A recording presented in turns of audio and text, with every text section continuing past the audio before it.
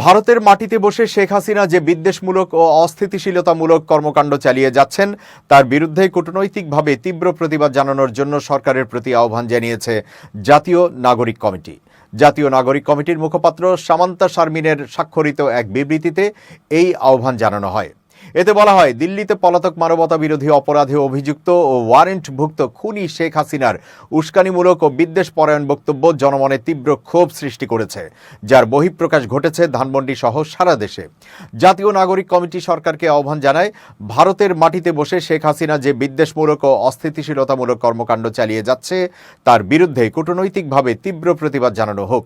সরকারকে এই বিষয়ে দ্রুত কার্যকর পদক্ষেপ নিতে হবে, যাতে বিদেশের মাটিতে বসে কেউ বাংলাদেশের অভ্যন্তরীণ স্থিতিশীলতা বিনষ্ট করতে না পারে। সেই সঙ্গে আমরা ভারত সরকারের প্রতি পলাতক খুনি হাসিনা ও তার সহযোগীদের সব কর্মকাণ্ড বন্ধ করে দ্রুত বাংলাদেশের কাছে প্রত্যর্পণ করার আহ্বান জানাই। আমরা বাংলাদেশের জনগণের ন্যায় বিচারের অধিকার রক্ষায় ভারত সরকারের ইতিবাচক ভূমিকা প্রত্যাশা করি। আরও বলা হয়েছে, ছাত্র ও সাধারণ জনগণের প্রতি শান্ত ও সতর্ক থাকার আহ্বান জানাই। খুনি হাসিনা ও তার দোসররা দেশকে অস্থিতিশীল করার ষড়যন্ত্র করছে।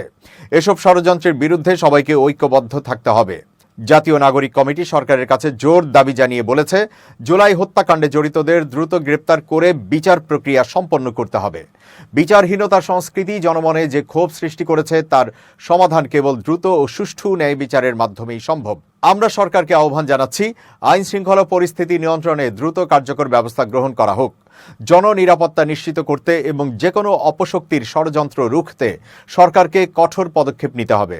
আমরা বিশ্বাস করি, ন্যায় বিচার প্রতিষ্ঠিত হলে জনগণের ক্ষোভ প্রশমিত হবে এবং দেশ স্থিতিশীলতার পথে এগিয়ে যাবে।